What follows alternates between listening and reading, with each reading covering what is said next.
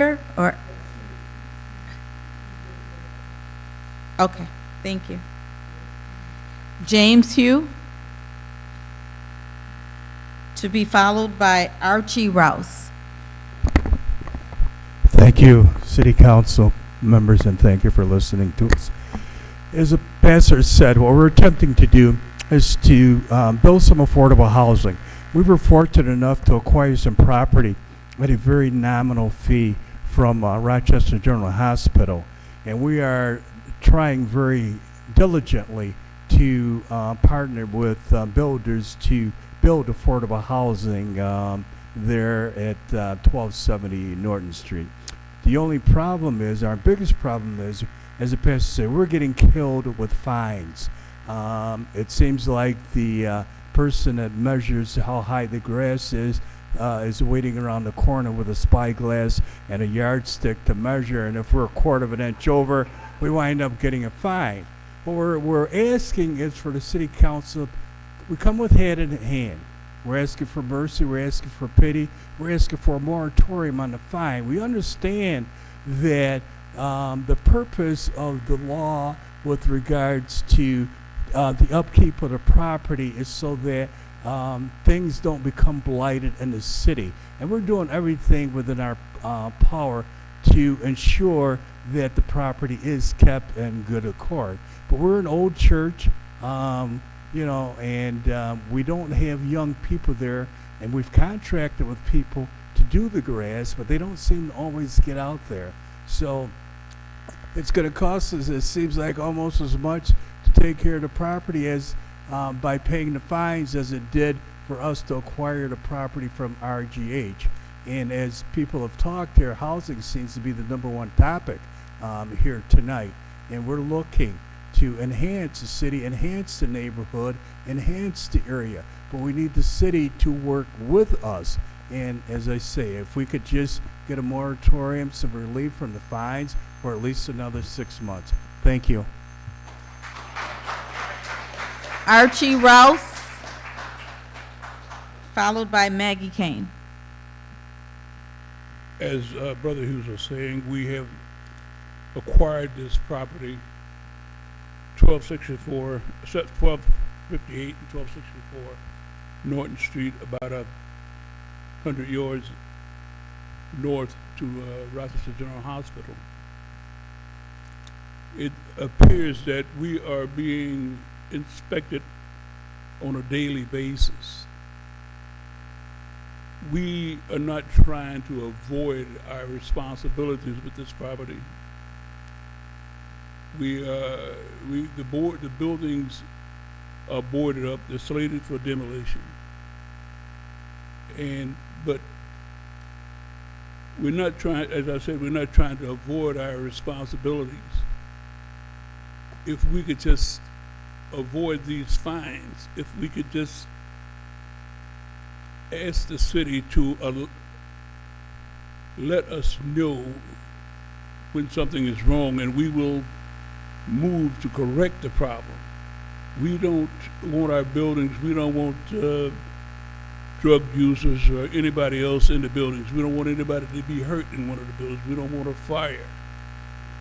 But if we are just made aware of those problems, we will address the problems, and we will make an attempt to correct them as soon as possible. It isn't necessary to just levy fines against us when we're not being made aware of the problem in the first place. We try very hard to keep everything up to code and to keep the people out of these buildings. But we need the city to work with us. It's like I said, it's not necessarily to fine us. Just let us know, and we'll take care of the problem as soon as we possibly can. Thank you very much. Maggie Kane. Is Maggie Kane here? Michael Lohr. Michael Lohr. Maria Gonzalez. Hi, I'm Maria Gonzalez. I'm here because couple days ago, we had a fire on Garson, the 328, and I'm complaining about landlords that they don't fix. Landlord that the tenants complain about fixing, and the ultimate they give them is to give them a letter of kicking them out if they don't like it. So I think that for city council, they're giving out so much money and NIA and stuff like that for those landlords to fix things that they say and claim that they're gonna fix it. Send those people to check and make sure that they are fixing those apartments or houses down. Because it's not right for a couple child to go out now and don't have no home, okay? And also, we need help with city school district, okay? We need help with the absentee so they can go to school, make sure that they're not at the RTS buses this year. So I'm claiming that you guys put your foot down at least and do some codes and send those inspectors to check on every zip code that they have the homes, that they're not up to date. Thank you. Lori Thomas. Lori Thomas will be followed by Stephen Rosa. Good evening. I am here tonight to announce my run for mayor as a write-in candidate. I ran in 2016, so this is not new to me. Trusting in God, I am ready to run again. I have seen the worst days of Rochester and some of its best days. The days after the riots of the 60s when we became a self-reliant community. The police no longer terrorized the city's youth, and major companies opened their doors to hard-working, respectable black people. There was a black-owned store on every corner. Not a liquor store, but a grocery store, a restaurant, an insurance agency, a beauty shop, a barber shop, a flower shop. My Uncle Stanley owned the Pithod Room where people would come from New York City to chill out in Rochester. That is when urban renewal began to destroy our city. Insurance rates were raised, rents were raised, mortgage rates were raised, taxes were raised, and fines were levied. And before long, it was time to come in and gentrify the area. Sound familiar? Money is spent to construct affordable homes for people who can't afford them. The mentally ill are supplemented but never helped. Our elders are terrorized by foreclosures, and most deplorable of all, our children live in neighborhoods where open-air drug use and prostitution are highly visible. You, City Council, and most importantly, the Mayor, were elected to address the poverty issues Rochester has been facing for decades with no real success. That is why I am asking those who are sick and tired of being sick and tired to vote for a candidate who truly wants and knows how to bring Rochester into an era of success and prosperity for all of its citizens.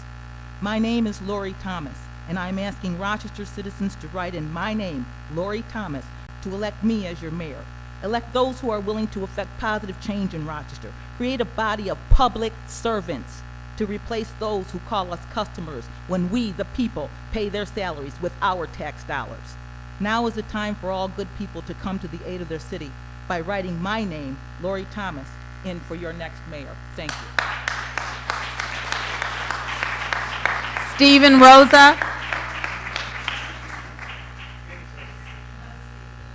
I stand before you today to speak about a practice that causes deep and lasting harm: encampment sweeps.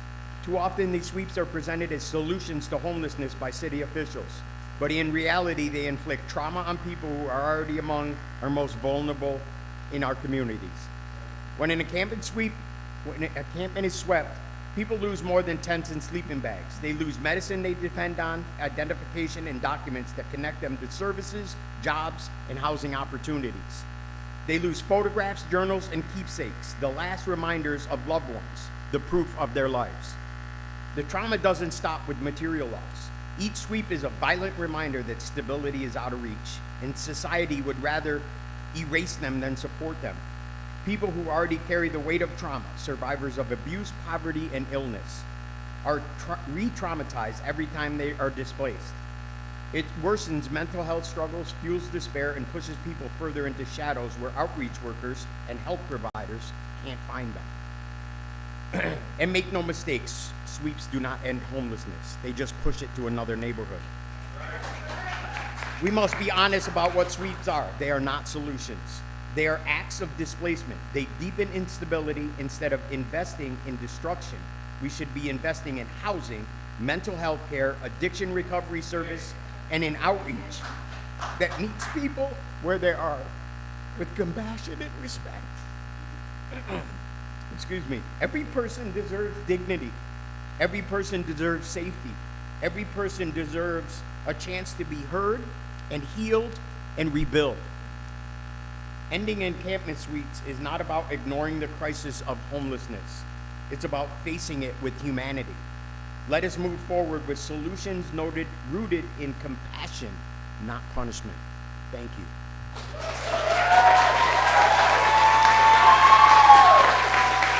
Lam Bui.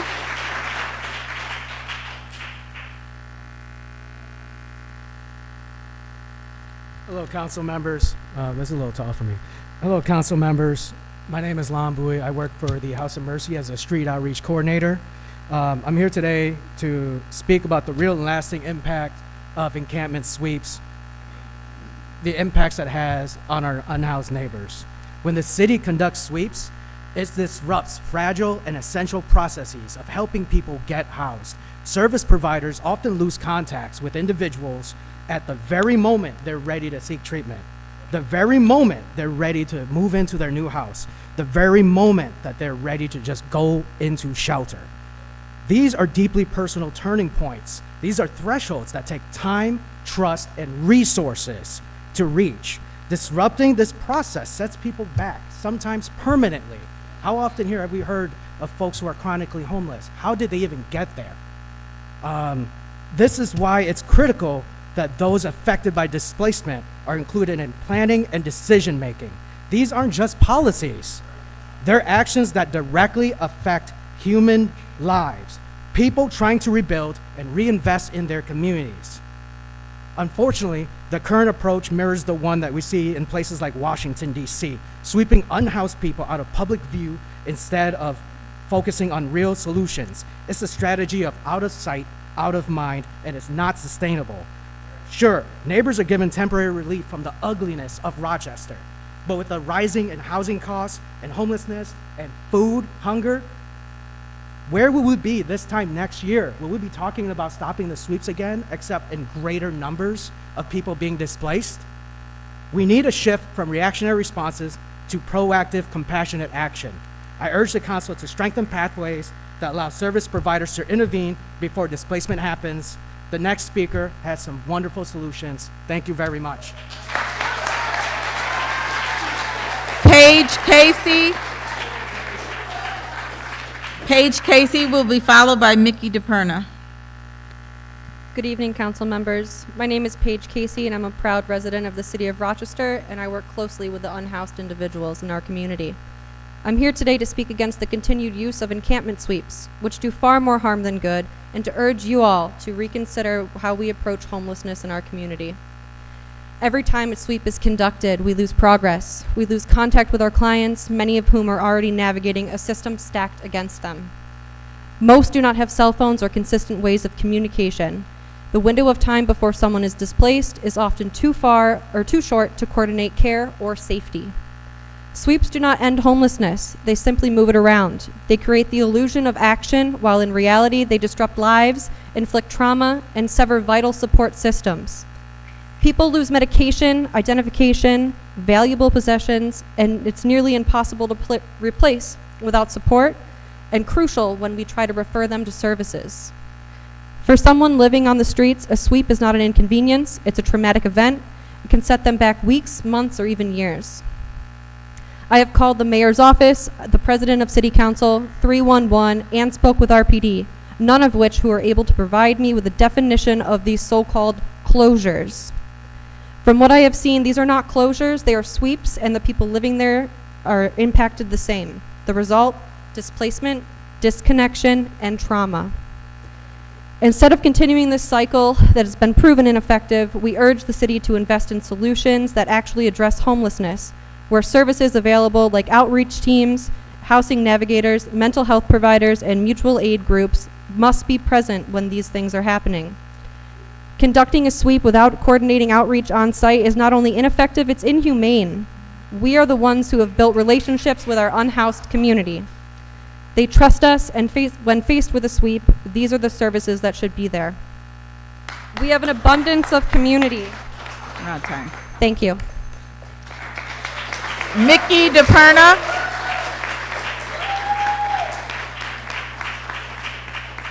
Mickey DePerna. Good evening, Council. Today, I'm here to ask for two things. One, please stop the sweeps. There were a lot of sweeps that were conducted in the past few weeks. I do a lot of outreach just of my own volition. One particular encampment was there was two on either side of the street, and both made up about 14 Spanish speakers. And after the sweep, I went to visit them because I had a relationship with them that I had built over weeks of providing mutual aid and urgently needed food and water, harm reduction supplies. In the news, this encampment was demonized as an open-air drug market. These people might use drugs, and some didn't, but they were all staying there. Regardless, they're homeless. And all I could think when I was helping them pick up their stuff and giving them water and socks was, how are you supposed to protect yourself from ICE if you don't have a home? If you don't have a front door to lock? If the sweeps take your ID, you then don't have identification to show that you're a legal resident, even though we know they're taking anybody now. But these issues absolutely have to do with one another, and I urge you to think about the people who are immigrants and homeless, who are trans and homeless, because we do make up a majority of the homeless population. In Rochester, the majority of our homeless are black and brown, specifically black and Hispanic individuals. Please pass the Sanctuary City Ordinance. Codify our sanctuary into law. Show us that you care. And stop these sweeps. There's so much evidence to show that they do nothing but harm people. Thank you. Angela Means. Angela Means.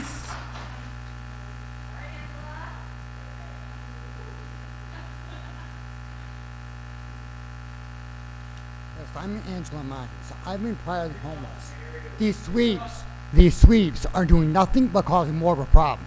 You guys are expected to give us a solution to this, okay? And our police are saying they don't have a case to protect us. What's up with all this?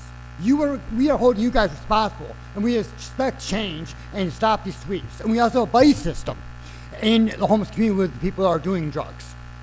So therefore, it's not the homeless community causing the problem, it's you guys not doing your jobs. Get off your butts and do your job. Thank you. Kelly Gugino. Kelly Gugino. Sarah Catlin. Sarah Catlin will be followed by Liesl Coleman.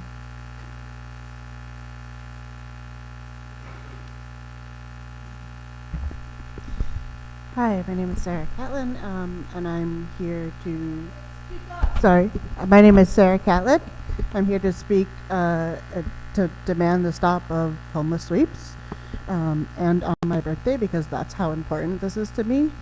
I used to be one of those people who would avoid eye contact with homeless people and ignore them a long time ago. What changed? I met some of them. I talked to them. I started doing outreach, and I got to know a lot of homeless people, including ones in camps, just a little bit. And I knew theoretically, but I know they're people. They deserve dignity. They deserve homes. They're weird and funny and smart, just like all of your friends and family. They do not deserve to have their homes and their property destroyed. Thank you. Liesl Coleman. will be followed by Gabriel Jackal Dewhurst. All right, City Council, it is my displeasure to be here again after I was here every single month last year. We have the solutions. We know what works and what doesn't work. We know that this is a time to stand up in leadership against our fascist federal government.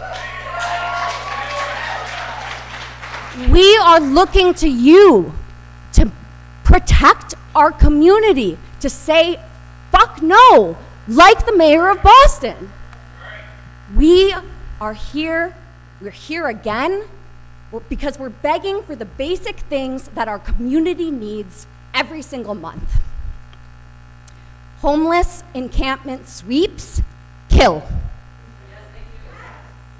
Homeless encampment sweeps traumatize people, and homeless encampment sweeps are just forwarding this mass incarceration criminal justice system that's been hurting us for so long. The solutions are here.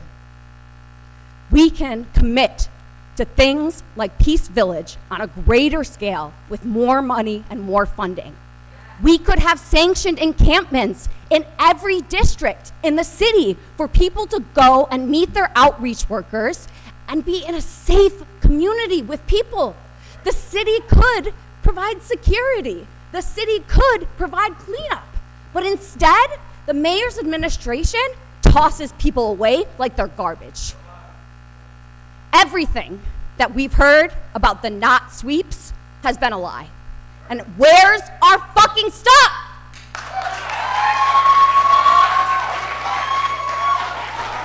Gabriel Jackal Dewhurst. So before the next speaker goes, I just want to remind folks to please refrain from profanity. Thank you. Hello. I think we're all telling you things that you already know. I believe that you all know what's right and what's wrong. We're here to demonstrate that you should be taking action. Specifically,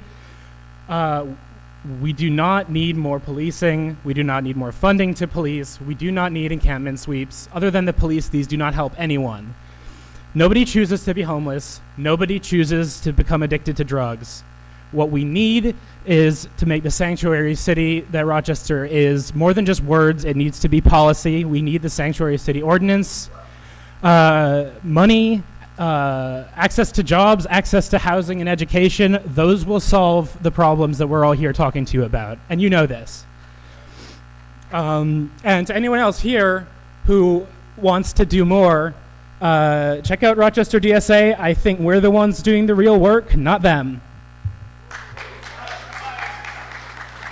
Roxana Sayaka. Roxana Sayaka? Okay. Siaka. Okay.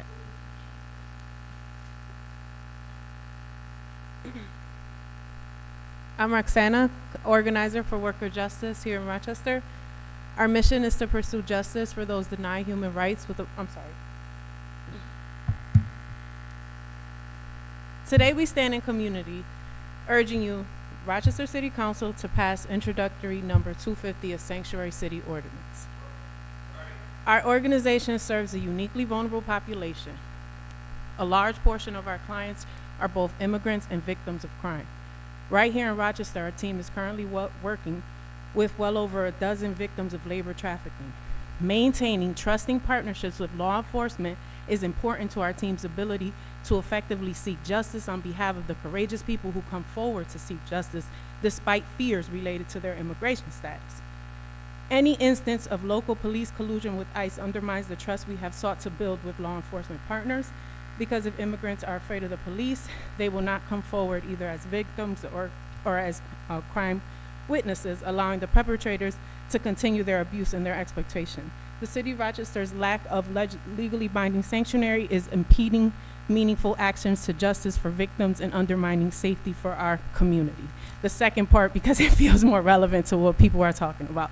The Fed government has committed to the investment of already funding law enforcement agencies to ICE while gutting safety net services. The administrative mission to apprehend people arbitrarily and fulfill their agenda through filling detention centers and prisons, further exploiting and profiting off black and brown bodies is not hidden, it's clear. The decision to authorize this is wrong. We do not have to accept this. Luckily, we can look at examples in our local history where Rochester community has stood up and fought back against these cruel tactics that have caused ICE to carry out extreme and vicious tactics. We will be able to fight back and have a clear policy. Thank you. Sister Staropoli.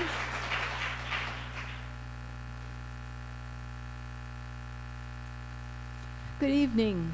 I am Sister Barbara Staropoli, and I am speaking for elders and allies related to Free the People Rock. We are a racial justice group of volunteers and activists that believes that budget justice is racial justice. Tonight, we ask you to join us in the statewide Invest in Our New York campaign to ask for a special session of the state legislature to minimize the harm coming from the federal budget. MAGA's big ugly bill increases wealth inequities and racial injustice with disproportionate damage to black and brown people. The governor should bring the legislature back into special session this fall to raise the funds that would offset the federal cuts. We are the city of Frederick Douglass, Susan B. Anthony, with a historic legacy of progressive action on human rights, from abolition to women's voting rights, and now for our sanctuary city new ordinance. This is our history. We recognize how much our city is struggling due to current and historical white supremacy. And it is evidenced by the rate of child poverty. Governor Hochul is resisting tax increases on the rich as Ione favors. We ask you to stand in support of the Ione program. Thank you. Matt Seidel. Matt Seidel will be followed by Clayton Lyons.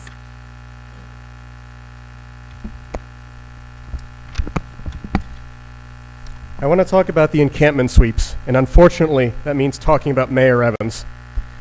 Now, I don't expect Mayor Evans to have compassion for the unhoused any more than I expect Trump to care about immigrants. Over and over again, Mayor Evans has proven he's Rochester's Trump. When a reporter asks questions he doesn't like, he makes fun of them. When he's asked if he will stop the sweeps, he knocks people's phones out of their hands or denies they happen at all, even though people in this room, including on council, have seen them and taken videos of them. He even denies the existence of his own victims, like Tex, a man who died as a result of one of his many barbaric sweeps.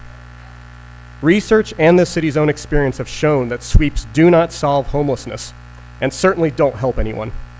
And I get that Mayor Evans is okay with that, because he's either a sadist who gets a perverse joy in taking tents away from the unhoused, or an insecure bully who needs to hurt those less fortunate to feel like a big, strong man.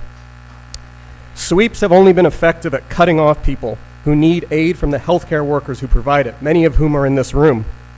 Like Trump's concentration camp in Florida, when it comes to Mayor Evans, the cruelty is the point.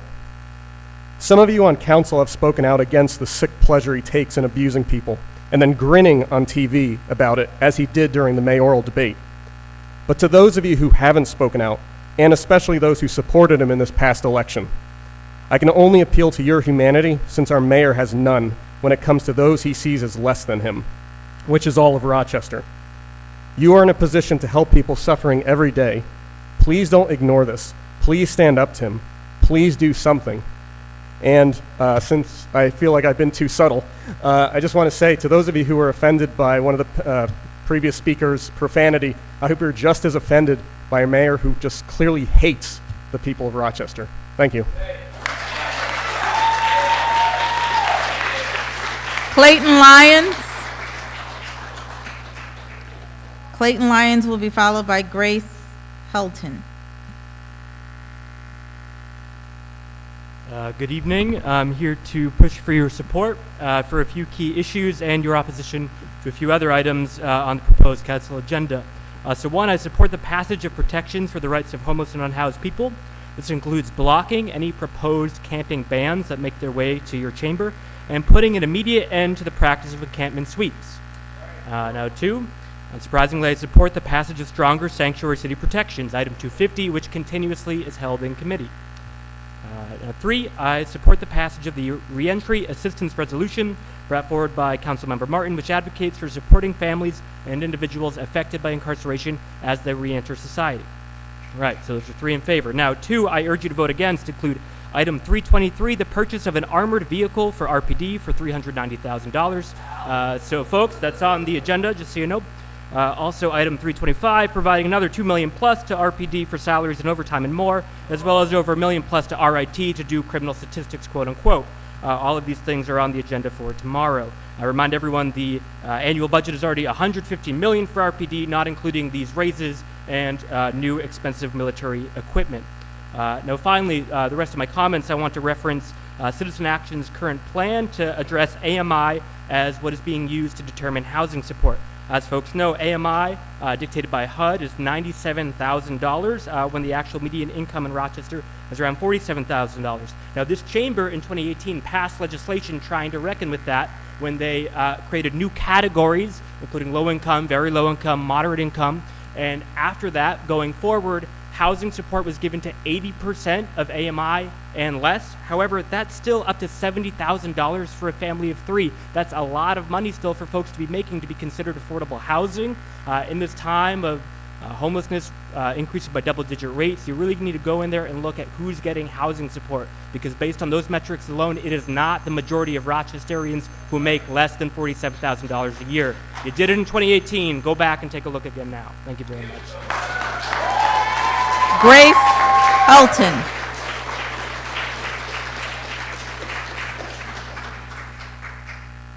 Good evening, council members. My name is Grace Helton, and like many others tonight, I'm speaking to express my strong disapproval, my disgust with the sweeps of homeless encampments which have been taking place in the past month or so in Rochester. The RPD have carried out at least 5 such sweeps since late July. All of these sweeps were done on the thinnest of pretexts and without any communication or coordination with the outreach workers who actually work with the affected populations. These sweeps were also done without any plan in place to help these individuals enter into housing. As several newspaper articles and eyewitnesses can attest, the RPD simply came in, stole belongings, harassed people, and told them that they had to leave. The people affected by these sweeps have been forced to start all over again in the search for tents and other supplies they need to survive. Some of them have been pushed into unfamiliar locales, putting them out of reach of their outreach workers. This is more dangerous both for them and for the people who work with them. Sweeps do not end homelessness. They merely harm people who are already struggling to survive every day. I'm asking first that the city commit to ending all sweeps of homeless encampments immediately. Second, that the city commit to a housing-first approach. Such an approach would expand supportive housing for all people living on the streets, regardless of whether they're in a couple, or whether they have a pet, or whether they have a substance use disorder. Finally, I am asking the council to consider a range of new strategies for preventing homelessness in the first place. These include rent stabilization, actually considering Rochester city income, something many people have mentioned, instead of area median income in affordable housing policies, and stop incentivizing luxury housing through tax breaks and start incentivizing the development of affordable housing. Thank you so much for your consideration and your time. Oscar Brewer. Oscar Brewer will be followed by Matthew Gould. Who keeps us safe? City Council, thank you for honoring my late father, C.W. Burlesley. But in his legacy, why the hell are we begging you to stop these homeless encampment sweeps? Sister Grace is dying. Your mayor decided to give her a key to the city. And then he goes out and sweeps my brothers and sisters. I want you all to close your eyes for a second if you can and visualize what it's like to be homeless. Visualize what it's like to sleep in a porta john, have nowhere else to go. And then visualize RPD randomly coming up, and you was there on Loomis Street, Mike, laughing when people were crying because they had nowhere else to go. Oh, I got the video. I was there. You can deny it all you want. Why are we doing this, folks? We got a mayor lying to the people. I'm not sweeping, folks. Open your drug market. Ladies and gentlemen, I was born in Rochester in 1979. There was a drug problem in Rochester then. It sure has not gotten any better since. I will remind each and every one of you elected officials, poverty is a political decision. You see this thing is called a pen. I'm not sure if you know what those are because you're not using it the right way. I'm not here to bash you. 2 of you voted down good cause eviction, no surprise. You gave us good cause. You said it was a socialist state. Well, welcome to socialism, ma'am. We have to go further.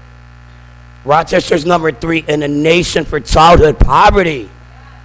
Number 3 in the nation for childhood poverty, 2 poor zip codes, 14621 and 14609 in the state of New York. I'm a Yankee fan. My Yankees have swept Toronto, whoever the hell it was the other night. That's a sweep. Going after my brothers and sisters in an encampment and saying it's an open-air drug market is a lie. You want to stop the drugs, work with the federal government to control, A, the pharmaceutical companies better, and the borders. The cops are letting the drugs into our cities. The cops are letting these guns into our city, not the homeless people. Get it right or get out your seats. Matthew Gould. Matthew Gould will be followed by Olivia Hanson. On July 26, 2025, around 2 p.m., I was doing medical outreach up near Lower Falls when I heard a loud noise. A car had driven into a building. As I rushed over to see if I could help, I saw someone lying on the ground. Around their head was an expanding pool of red. A witness told me the Jeep had jumped the curb and hit this person hard enough to launch them into the air before continuing on to hit the building. Arriving at the person's side, I tried to find where the bleeding was coming from in order to apply pressure. Unfortunately, they'd struck their head on the ground when they came down and deformed their skull. The blood was coming from everywhere.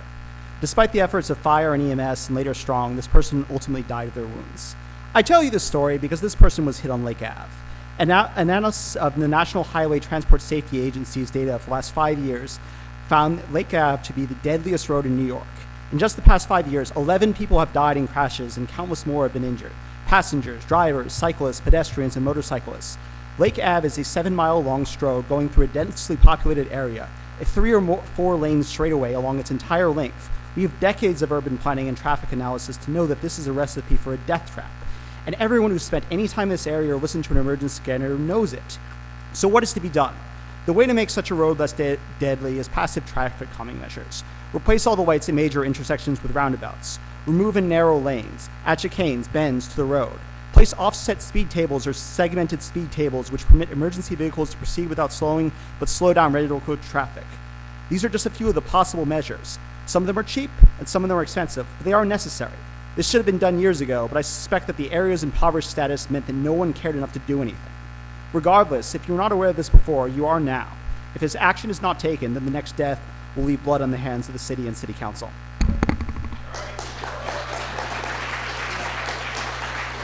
Olivia Hanson.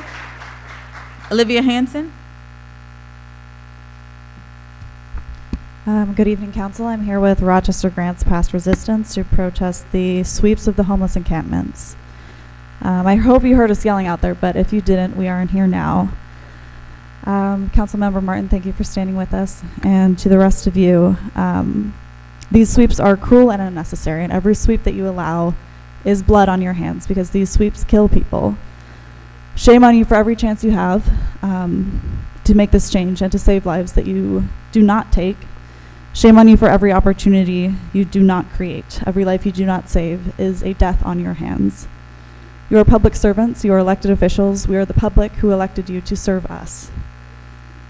Stop the sweeps and pass the Sanctuary City Ordinance. Thank you. Maria Evans.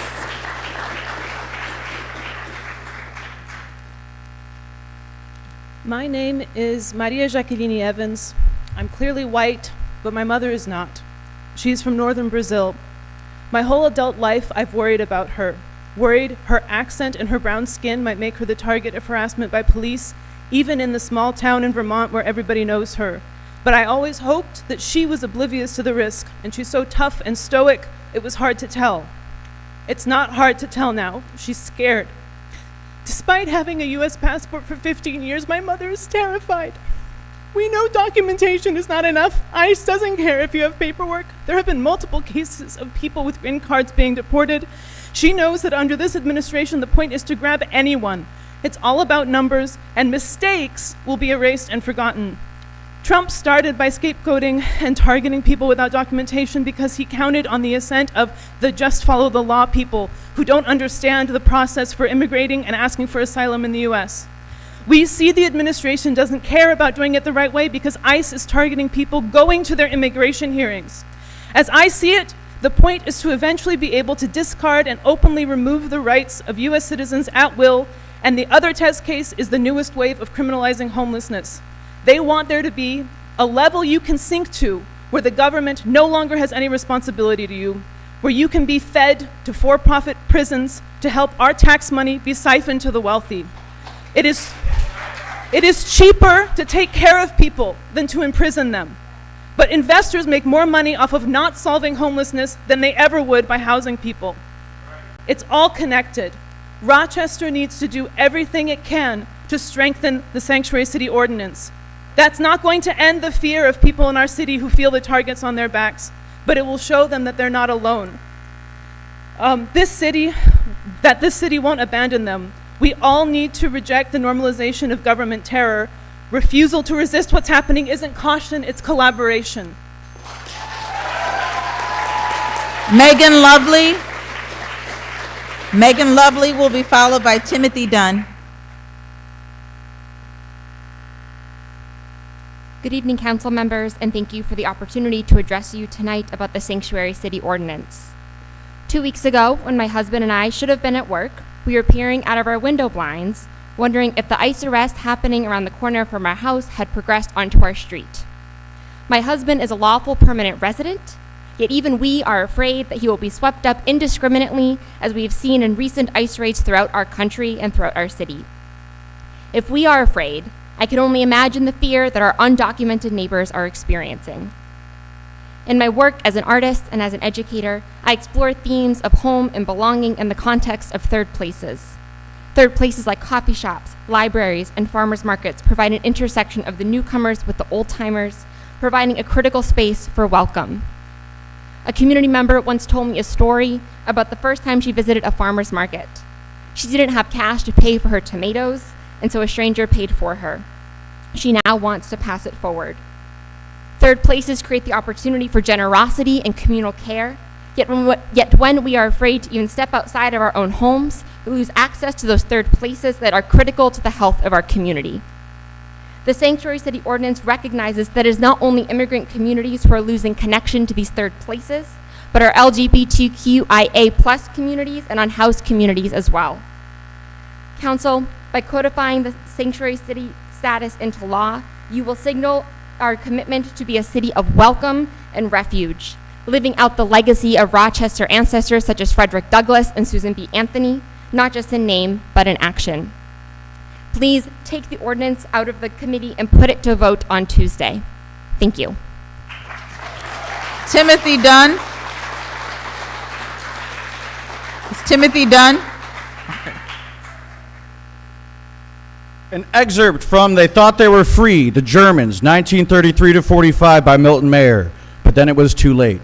But the one great shocking occasion when tens or hundreds or thousands will join with you never comes. That's the difficulty. If the last and worst act of the whole regime had come immediately after the first and smallest, thousands, yes, millions would have been sufficiently shocked. But of course, this isn't the way it happens. In between come all the hundreds of little steps, some of them imperceptible, each of them preparing you not to be shocked by the next. Step C is not so much worse than Step B, and if you did not make a stand at Step B, why should you at Step C, and so on to Step D? And one day, too late, your principles, if you were ever sensible of them, all rush in upon you. The burden of self-deception has grown too heavy, and some minor incident collapses it all at once, and you see that everything has changed, and changed completely under your nose. The world you live in, your nation, your people, is not the world you were born in at all. Now you live in a world of hate and fear, and the people who hate and fear do not even know it themselves. When everyone is transformed, no one is transformed. Now you live in a system which rules without responsibility even to God. The system itself cannot have intended this in the beginning, but in order to sustain itself, it was compelled to go all the way. You have gone almost all the way yourself. Life is a continuing process, a flow, not a succession of acts and events at all. It has flowed to a new level, carrying you with it without any effort on your part. On this new level you live. You have been living more comfortably every day with new morals, new principles. You've accepted things you would not have accepted 5 years ago, a year ago, things that your father, even in Germany, could not have imagined. Suddenly it all comes down, all at once. You see what you are, what you have done, or more accurately, what you haven't done. For that was all that was required of most of us, that we do nothing. You remember everything now, and your heart breaks. Too late. You are compromised beyond repair. What then? You must then shoot yourself. A few did, or adjust your principles, or learn to live the rest of your life with your shame. This last is the nearest there is, under the circumstances, to heroism. Shame. Many Germans became this poor kind of hero. Many more, I think, than the world cares to know. Fuck ICE, stop sweeps. James Beardman. James Beardman. Good evening, council members. My name is James Bearden.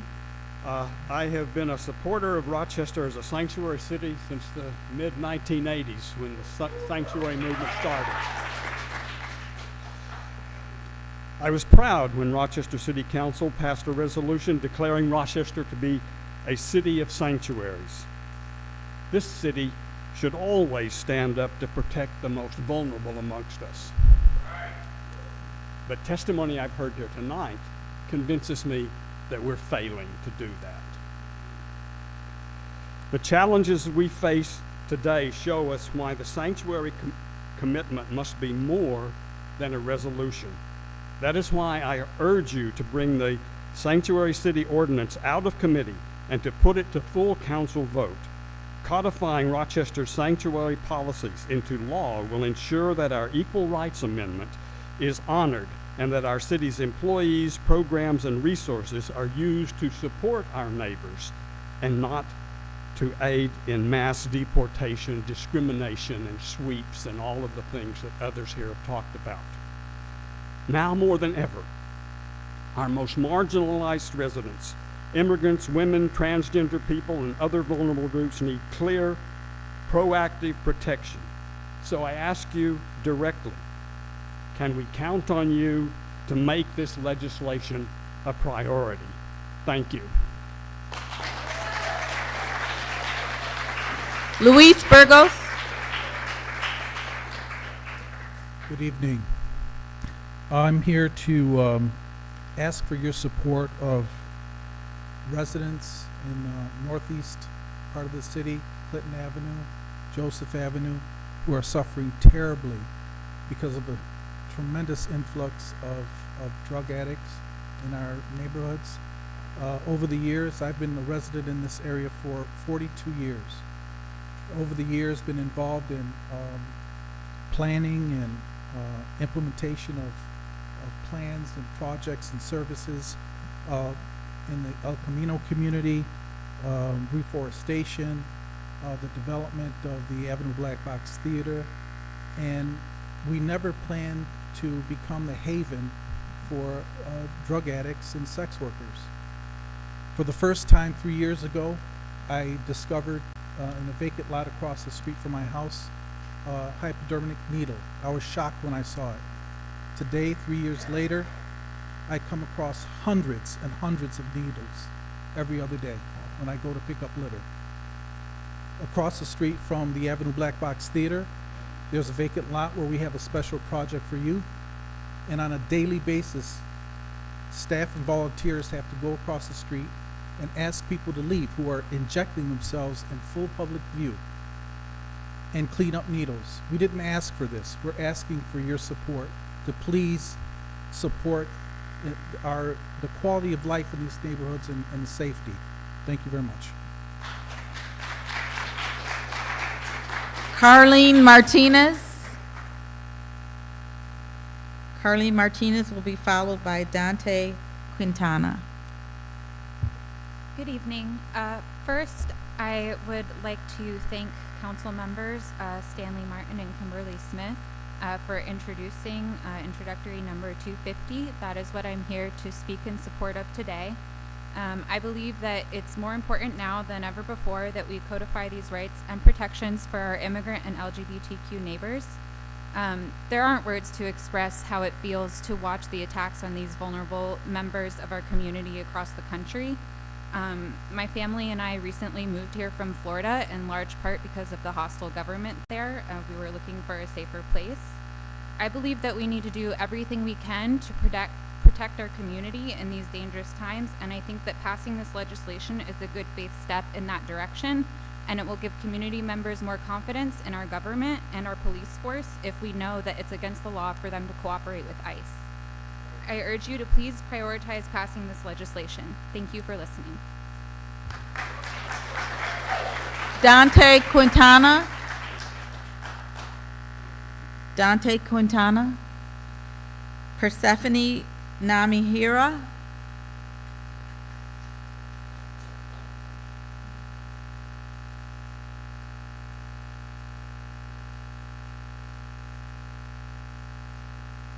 Hi, I'm Persephone Nomihira, and I think it's important to ask the people you support where they stand ethically and morally, how they talk about helping the world around them, and what they actually do to try and change it.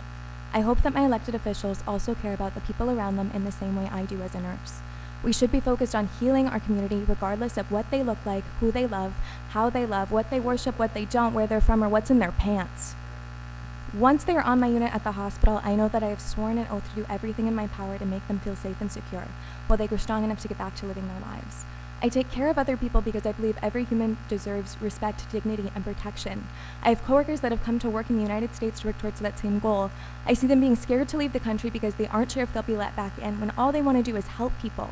In 2017, our city took a similar oath to protect Rochesterians by strengthening our commitment to being a sanctuary city. I fear that if this promise doesn't help, the most vulnerable members of our community will be targeted. People that have fled persecution only to find it here again. I worry for my disabled friends and patients, for people without documentation, for people without housing, for the queer community, and for any marginalized community that Donald Trump is attempting to erase. I see people living in the hospital for months or being discharged without housing because shelters are full. People are dying from preventable illness because they can't afford food and health care. Where do we expect people to go if it's not affordable housing or shelters? It's encampments. If it's not there, then where do you want people to go? You can't make a whole population of people disappear because their existence makes you uncomfortable. I am asking if your code of ethics extends to the community that you've given your time to cultivate into the vibrant city that we inhabit, or will you kowtow to a fascist regime and leave us to the wolves? I want you to remind yourself why you stepped into office, to represent and support your community, or to sow hate and derision. Stand up for the people and keep Rochester a sanctuary city.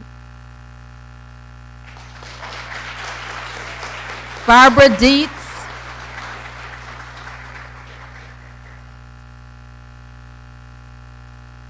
Good evening. Hi. I knew Tex also. I was a social work intern with REACH during COVID. And I'd like to take a moment, if we could, please, for a moment of silence for Tex, who died in the homeless encampment, so-called sweeps.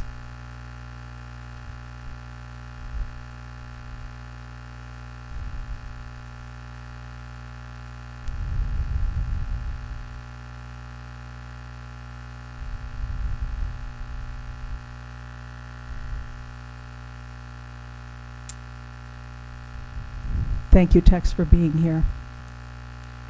I also want to speak to you about the Sanctuary City Ordinance and my support of it and tell you why. These things are getting closer to all of us. We need one another. We need to support one another. It's a time to be brave. A few weeks ago, a friend of mine was in another state, off the coast on an island, visiting, and another friend, I was at the Highland Bowl watching Shakespeare in the Park, and another friend who was here tonight handed me a video of police officer, ICE, so-called agents with masks, abducting a black man. There was a white man who was taking video. They abducted him too. And my best friend is on this island. And I know this because she tells me where it is, and I realize it's the same place. And I run home and I text him. I didn't have my phone with me. This is my best friend of 34 years. He's a brown-skinned man whose first language is Spanish, and he's deaf. He's with two friends who are blind, who are white. I am so worried about this person that I love. This stuff is so close to home, right? We don't want it to be, but we need to fight it. Pass the ordinance. Let's stand together. Reagan Howlett. Reagan Howlett is followed by Emmy Zenger.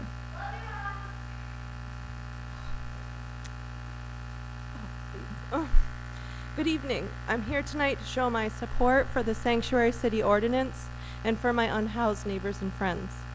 I'm a newer resident of so-called Rochester. I'm a nurse and a mother, so those are the perspectives I'll be speaking from. Recently, I've joined others in street outreach, offering food, healthcare, and support to our unhoused neighbors. I'm deeply troubled by the sweeps of my friend's shelter and the city administration's refusal to acknowledge that the sweeps are happening. When my friends are displaced, it's difficult to continue to offer them support because I cannot find them. Others have mentioned all that is lost when a sweep happens. Is this really what we want other human beings? Or is this really what we think other human beings deserve? Stop the sweeps. Housing, not handcuffs. Let us honor each other's dignity and worth. I'm also here to support the proposed Sanctuary City Ordinance. This is a simple action that you all can take to further protect your city residents now and for what's to come. Rochester is a sanctuary in many ways for immigrants, for LGBTQIA folks, and for future climate refugees. Now is the time to plant the seeds. As a nurse, I don't want my undocumented patients afraid to leave their homes, not just because it's a barrier to care, but because that is no way for a person to live. I'm also speaking to you as a mother of a trans child. I am afraid for her, and I am angry, as I'm sure you are too. Please, for my friends, for my child, for you, for everyone in this room, be brave. Stop the sweeps and codify the sanctuary ordinance. And I'm going to end with a quote from Black revolutionary George Jackson. Settle your quarrels. Come together. Understand the reality of our situation. Understand that fascism is already here. That people are already dying who could be saved. That generations more will live poor, butchered half-lives if you fail to act. Do what must be done. Discover your humanity and your love in revolution. Thank you.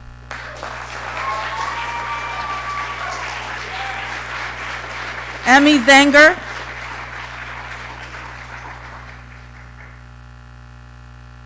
Hello, I am Emmy Zenger. Bear with me, I am incredibly anxious. I live and work in the city limits, which I got coverage for to be here today. Strengthening Rochester's Sanctuary City Ordinance matters to me, my chosen family, my patients, and many more people who can't be here today. Because anything we can do on the local level is the bare minimum with what is happening at the federal level. I am a medical case manager caring for a caseload of specifically people living with HIV. Within this, I assist with social drivers of health, which includes access to secure housing, healthy food, transportation, finances, employment, medical literacy, and social support. It also includes whether factors are affecting medical engagement, such as perceived discrimination, I'll come back to that, and the spectrum of physical and mental abilities. I wish I could explain the complexities of what my patients are facing, what your neighbors are facing often in silence. In protection of their privacy, I will explain how this is essential with the expansion of the Sanctuary City Ordinance, with the challenges I face on the job. Being a case manager ultimately boils down to problem solving in tough circumstances. The resolutions seem harder to find these days, even though they were already pretty limited, but that's a different conversation. People are terrified. The fear is tangible. You can physically feel the pain when you walk into a room with someone who has received a deportation notice with no real resources to fight back. There are honorable professionals offering pro bono support, but it truly isn't enough. Organizations like Empire Justice Center, Law New York, Just Cause, and Legal Aid are doing everything they can and still average out to about a 6-month waiting list across the board. I can only hope that if the City Council makes the right choice by supporting Intro 250, that funds set aside to support Rochesterians affected by ICE will make it at least slightly less difficult for immigrants to stand up for themselves. Once again, this is the bare minimum. George Elkin.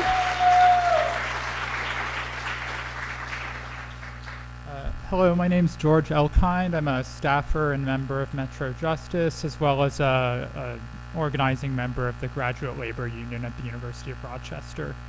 Both these organizations that I'm a part of have signed on to the letter, requesting the passage of this ordinance and the codification of it into law. And it's no coincidence. These are two organizations dedicated to a more equitable Rochester and to, really speaking truth to power and fighting sort of raise the floor for all of us.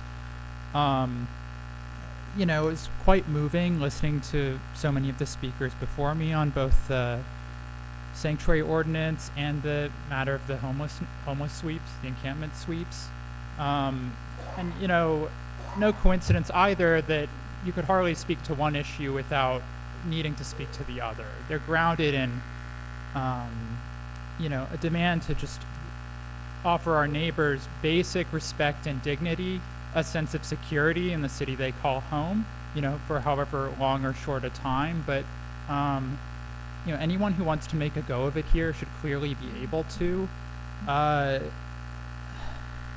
have little to say that hasn't come before me, but, I really urge every one of you to think carefully about the kind of place you want to make this city, and I urge you to pass this ordinance into law. Thank you.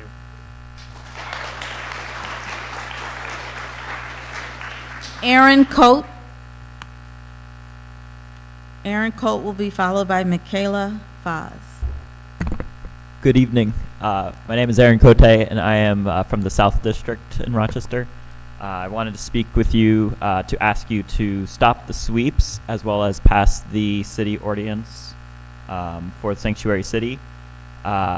Sweeps of our unhoused neighbors is ineffective, inhumane, and only causes irreversible harm to our most vulnerable community members. These people are no different than any one of us.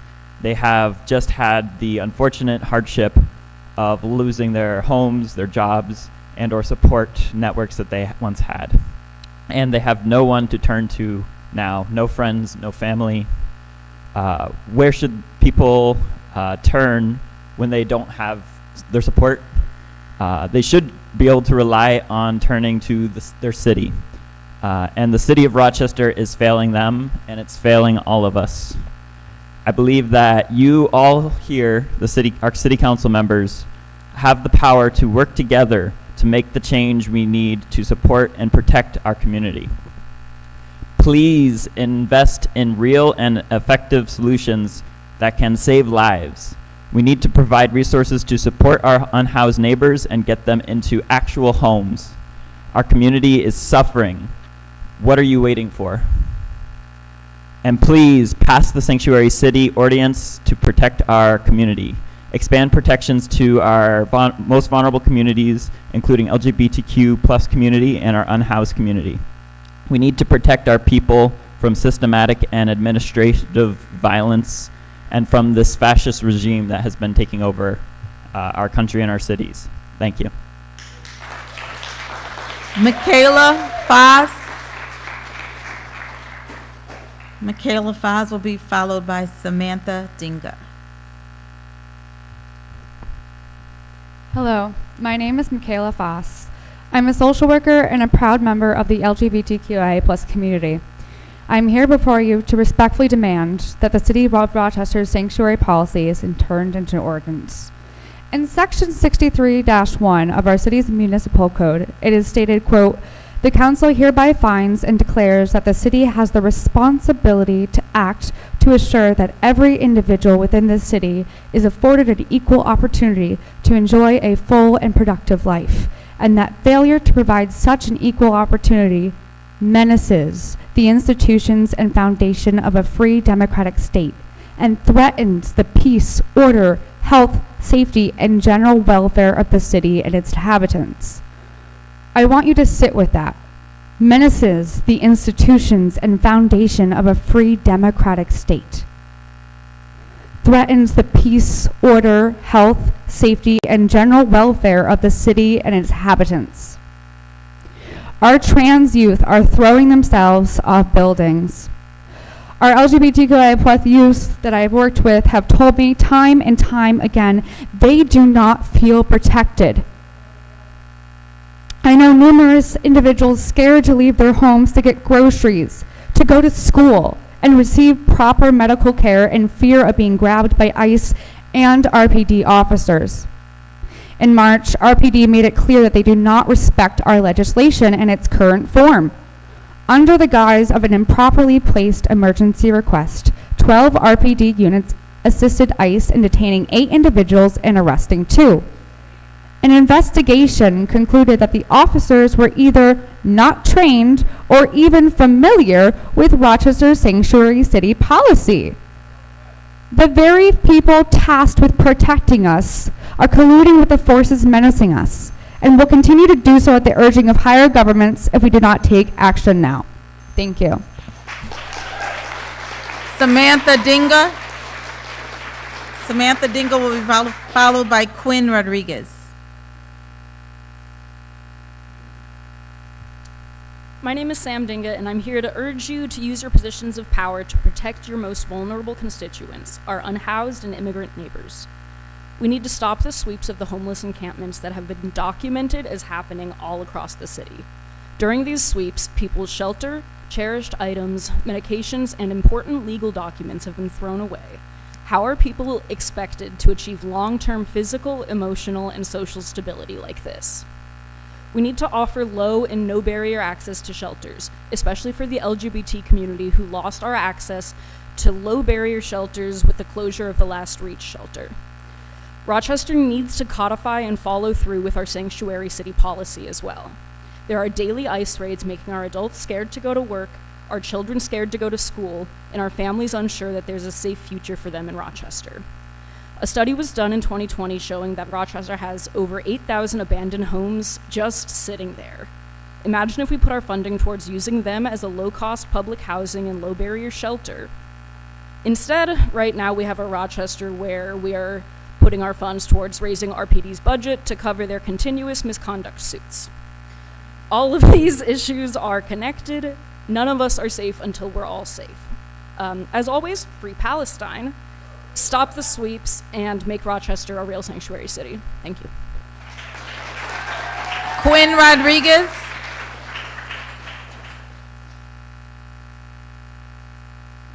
Good evening, Council. My name is Quinn Rodriguez. I was born and raised and educated in New York State, and I'm a proud Latinx queer person and a resident of the South Wedge. When I was in school, I was taught that our country was no longer a melting pot, but had become a stained glass window of cultures retaining their own beautiful individuality and projecting a prism of color onto our streets and our communities. I was taught that our democracy created opportunity for everyone equally. This dream has existed in our founding documents for 249 years. Yet, as a tax-paying, freedom-loving citizen, I currently live in fear that being in the wrong place at the wrong time without my papers could land me incarcerated without representation for months or years. I know that my fear pales in comparison to the fears of children and families who came to us believing in what we had to offer. Even now, the federal government has abandoned law and order for the sake of what it ironically calls law and order. I'm proud to call Rochester my home. In 2022, we made national news simply for being the most neighborly city in America, and I know that's because we're the kind of neighbors who show up and stand up for each other no matter what. Rochester's history of fighting for the status and safety of all people is found in textbooks and letters spanning the entire history of our country. We are not the kind of people who step aside just because a man who's never taken no for an answer became president. We hold these truths to be self-evident that all are created equal, that they are endowed with certain unalienable rights. It is our duty to uphold these ideals at every opportunity, and members of the council, I urge you to do so by moving the city's sanctuary policy into ordinance. I'm a proud queer and Latinx person, and I dream of a day where my identity will not be the spectacle of public policy, but will be a prism among prisms, no longer in spite of a fascist hammer. I urge you please to listen to these neighbors behind me. I am sober today. I found addiction recovery last year. I found housing. I found a job. Not because of public policy, not because of the resources that the city claims to have, not because of 311 or 211 or 411. It's because of the neighbors who are standing behind me begging you to do something. Thank you.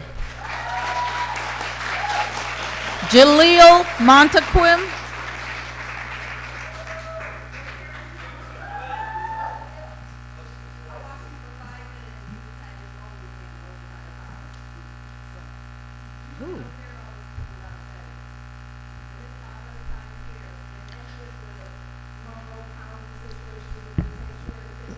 Excuse me, ma'am. We are going to allow the speaker to continue, please. Thank you. I'm Jalil Mustakim, Special Project Coordinator, Citizen Action from New York. First thing I want to say is this. Poverty is violence. Poverty is violence, and you're perpetuating violence on people. As a result of what's going on in the federal government, New York going to lose 1.5 million in health care. 1.5 million in health care. 200,000 jobs. That means unemployment going to go up by 50%. Food stamps will slash by 3 million New Yorkers. Housing costs will be exorbitant, while billionaires get tax breaks. That's the reality. This is what we are facing. Recognizing that Rochester is the third worst city of poverty in the state, the fifth worst in the country. How do these slashes, these cuts, going to impact Rochester? Are you ready for that? I don't think so. Right?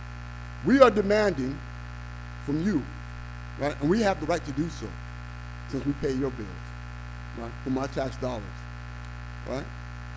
Living wage. We need to have a living wage for our people here. Like, we have people living 2 or 3 jobs in order to make the ends meet. Housing vouchers. We need to increase housing vouchers and make it more accessible. We're talking about housing. We got solutions, but you're not acting upon them. Housing vouchers is another solution. Living wages, raising living wages, housing vouchers, right? AMI, CMI. Why is Rochester City calculated on the AMI when you know the CMI will allow for people to have affordable housing? You know that. Marion Lupin did the work. You know that, but you failed to act. There's a moral obligation to do so. Bank of Rochester. There's another issue that we have to address. Right? Time is up, sir. Overall, you have a responsibility to deal with the issues of poverty here. Poverty is violence. These sweeps is violence, and you Time engage is in up. violence.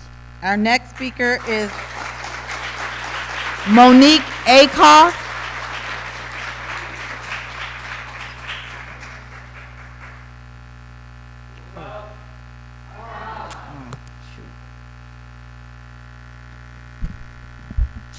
I have a question. Do you guys know where you're gonna go if you guys lose your own space?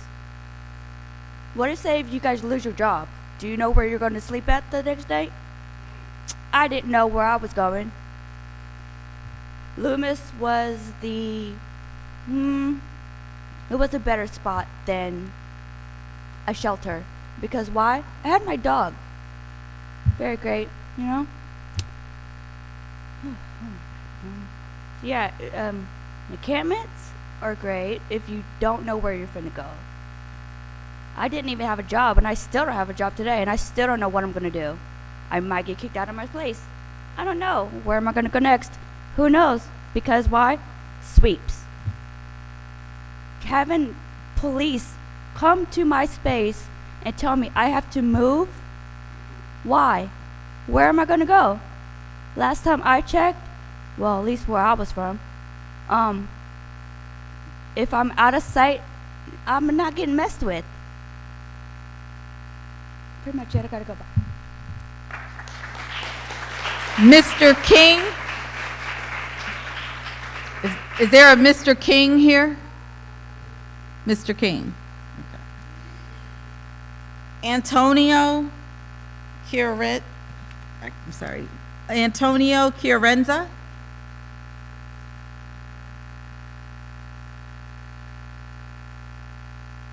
Making our sanctuary city policy into law is a common sense thing to do. No one should have to think twice about calling 911, seeking medical care, or just going to school and work. If I see a traffic accident, I don't want to speculate on the demographics of the people I see by the side of the road, only whether or not those people may be in distress, before I pick up the phone and call for help. We all need to know that police and others in positions of community service can be trusted to provide the support and assistance people require, and nothing more. They have a big enough job already doing good and worthwhile things for our community. Enforcing the federal government's expanding and hateful agenda could so easily eat up all their time and resources. Do not let them be co-opted. Do not compromise the well-being of our community. Expanding the sanctuary city protection to the LGBTQIA+ community is also sadly necessary in response to recent legal threats. I hope that this law will be the only time you must strengthen and expand Rochester sanctuary city protections, though I fear it will not be. Whatever comes of it, we must protect the rights, including sexual and reproductive rights, and safety of whoever is targeted by extremists and bigotry. We must all protect each other. Thank you. Scott Winkler.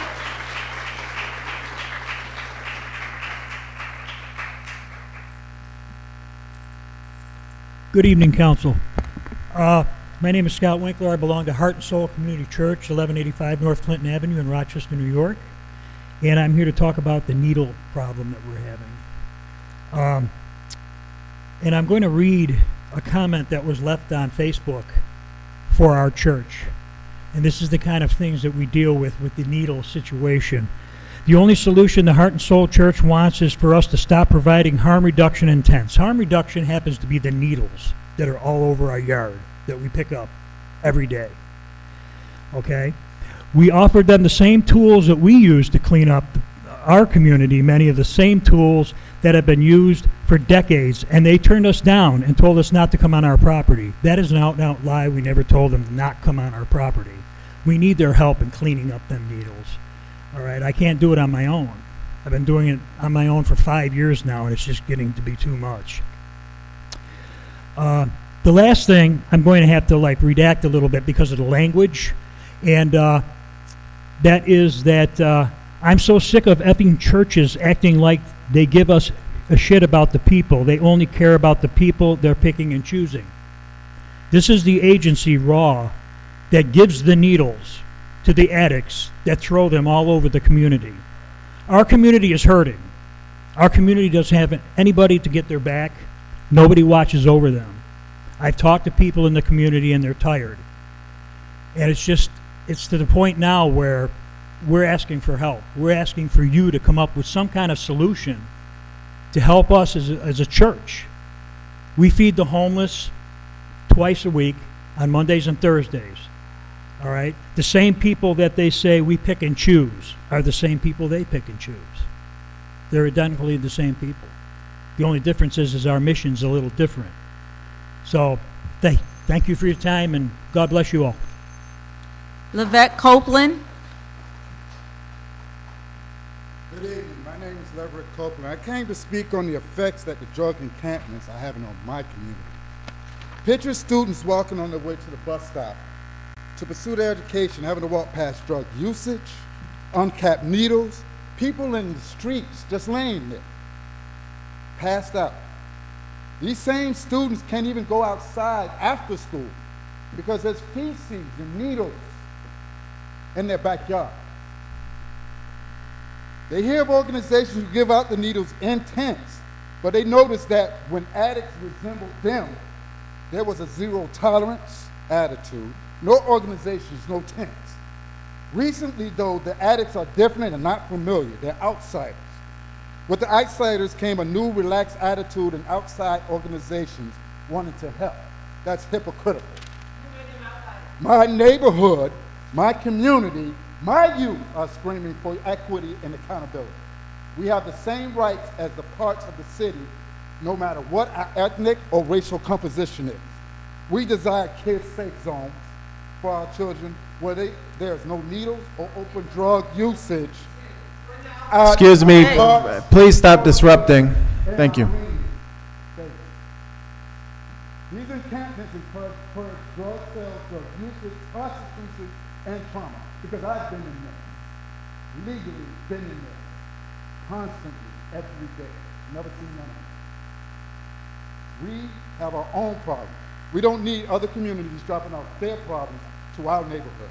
We definitely don't need part-time organizations trying to solve a full-time crisis. Thank you. Daniel Bustamante.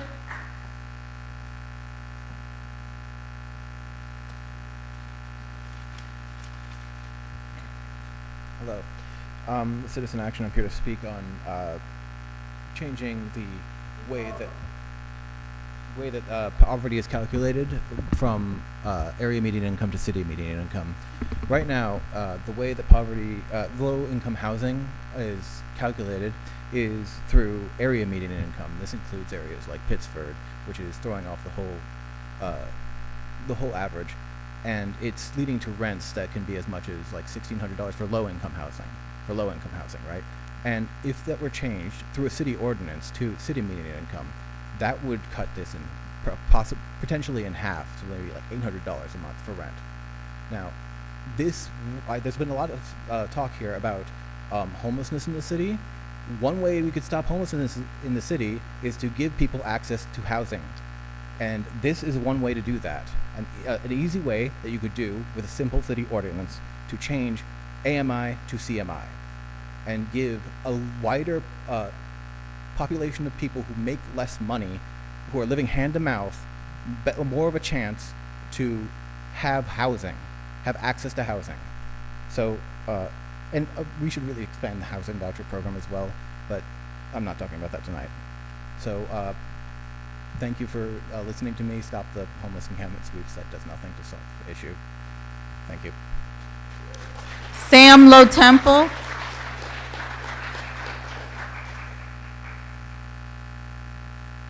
It's so intimidating coming after all these powerful speakers. But my message was, well, I'll put my glasses on so I can see things. My message is totally different tonight.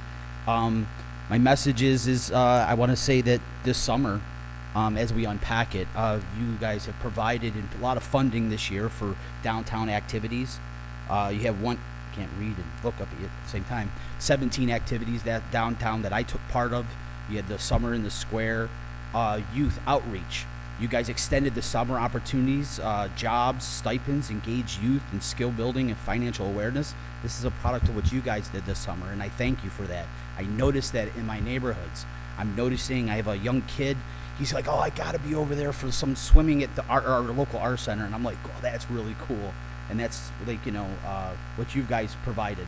I think that you guys have, looking to the future, your stewardship of Rochester, the sense of Rochester. You bring celebration and creativity to our city. Your commitment to young people. This council has been awesome. We talked about the reading program that you guys have, Councilman Patterson. That you guys bring the resources into the neighborhoods. You make learning fun. So anyways, well, I feel that your city council leads with their heart, and let that, shine. And thank you. That's it. Albert Algarin. Algarin. Kevin Lockhart. Danny. Just theater. I want to also address a very persistent, serious issue affecting Rochester's moms and dads and kids. It's called apartheid, or as some people might call it, black fatigue. Black fatigue is a term that describes the physical, emotional, and psychological exhaustion experienced by black people and the like as a result of repeated exposure to systemic racism, discrimination, and City of Rochester policies historically. And in the modern day, redlining is affecting the people of Rochester. Just earlier this week, I was at Hollenbeck in St. Paul. I was observing the crime scene at Rochester's 318th shooting since 2020, and just wondering how you let the Upper Falls turn into a third world area. These people need towns. For 200 years, the City of Rochester, the state government, the federal government, has enforced laws through either force or fraud. to create a separate and unequal system that violates the 14th Amendment in Rochester and Monroe County. Compared to Monroe County residents, City of Rochester taxpayers only have one elected office seat representing them. There is far too few of you and way too much of these people. It's been going on for 200 years. It's worse than it's ever been. And thanks for having me. Have a good night. Danny Ambrose. Toby Ambrose. Nova Schmitz.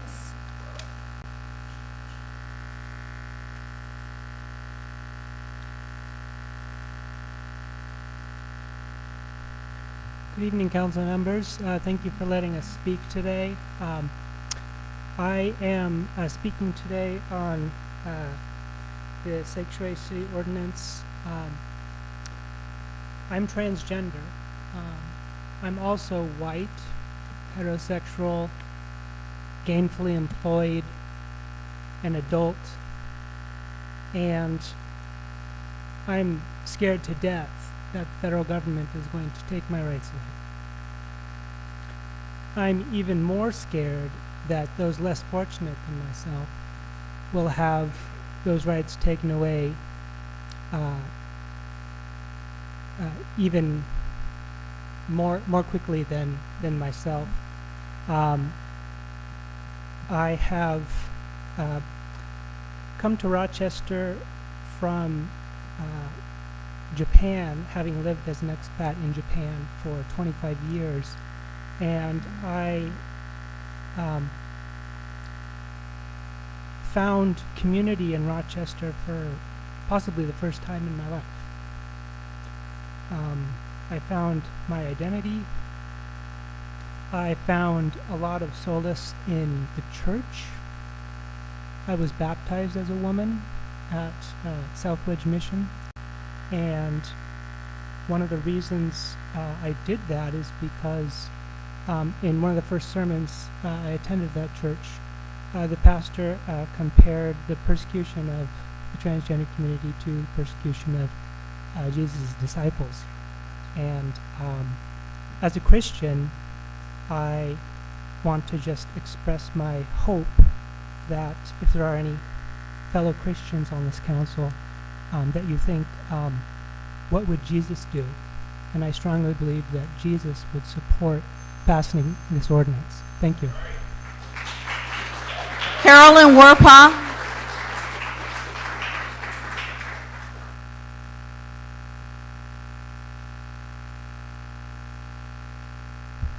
Hello. I'm standing in front of you as a DSP for the Arc of Monroe County, and I had this lovely gentleman hand out copies of photos from the Willowbrook State School, heavy parentheses in front of between school. It was an institution for developmentally and intellectually disabled, which also bled in those with mental health diagnoses, women on menopause, premature ones society didn't want to look at. And I have the Ending Crime and Disorder in America Streets executive order in front of me. So it says shifting homeless individuals into long-term institutional settings for humane treatment, which is very similar to the language used to promote Willowbrook. I support people who attended Willowbrook. It closed before I was born. They continue to hide food because they're scared someone will steal it. I have a gentleman who needs 2-on-1 staff at all times because he's explosive and he has angry episodes and he will take someone down with him. And they need to tackle him to the ground for his own safety and everyone around him.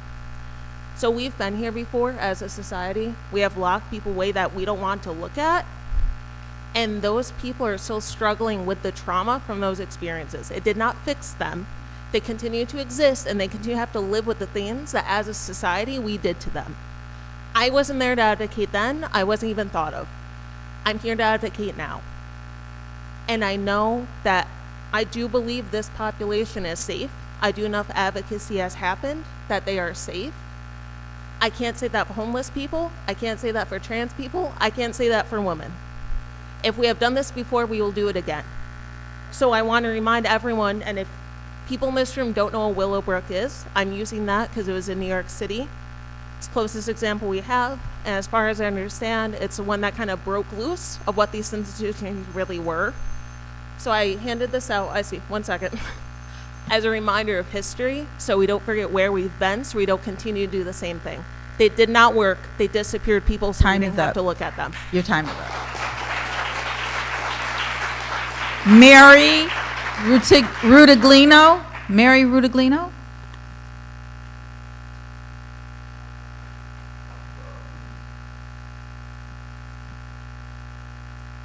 Good evening, Council. I'm a member of the Rochester Rapid Response Network. We were proud to be part of the efforts in 2023 to welcome asylum seekers into Rochester who stayed just across the way in a hotel. And I do want to commend several council members here for fighting for that. There was a lot of pressure to not welcome our latest neighbors. Some folks were in the MRAP program, the Migrant Relocation Assistance Program. Those are people who were able to apply for asylum. Asylum approval rates are dismal. What we thought of in 2023 was great. We're so happy to welcome these communities. We're glad that there are organizations taking on case management, giving these people help with rent. However, after their immigration cases come through, the government is going to have a list of highly deportable people of where they are, just by the nature of asylum proceedings, that way less than half of people get provided for. So now in Rochester, people who we fought so hard to welcome are now at extreme risk of detention and deportation. Across the country, other mayors are standing alongside the community and publicly standing up to the federal government. Here in Rochester, we got, corporate council sent out a letter saying to not publicly name the mayor. Where is the mayor, right? We'd love to have him here alongside us. We'd love to have you alongside us supporting this when you pass the sanctuary law. By enshrining these protections, they would become firmer. They would allow you to investigate, to discipline in a way that you already are able. It doesn't create a new mechanism. People call our community defense hotline every day reporting ICE kidnappings. People are disturbed by the way that our neighbors are getting kidnapped, and it is a clear moral issue that neighbors are calling and want to take action every day. So you who have the power to do something, make a stance for the community so that people can be safer. Thank you. Amy D'Amico.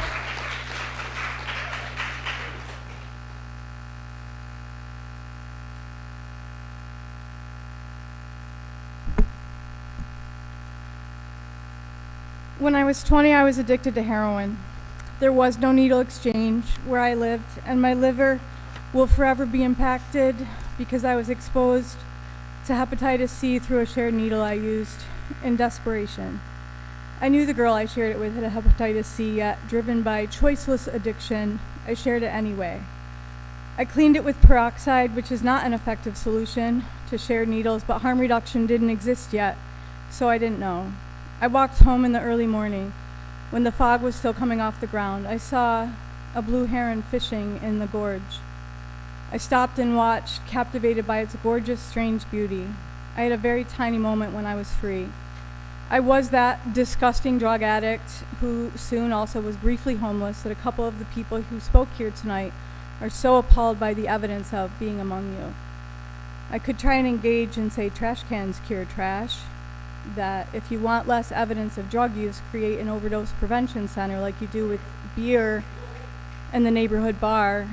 But instead, I just wanted to remind this esteemed body that junkies are human beings that deserve dignity, due process, safety, and housing just like you. Stop the sweeps, keep harm reduction needle exchanges, sign the sanctuary legislation for our community. Thank you.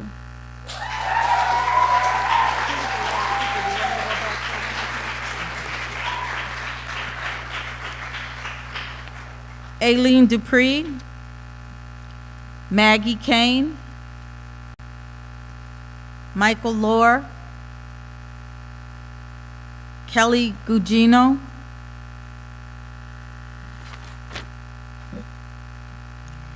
Dante Quintana, Mr. King,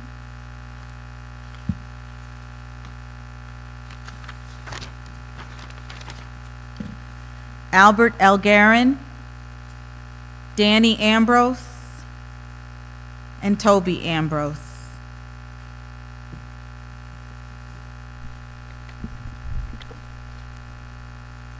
I didn't get a chance to sign in. Is that possible that I could still have a couple minutes?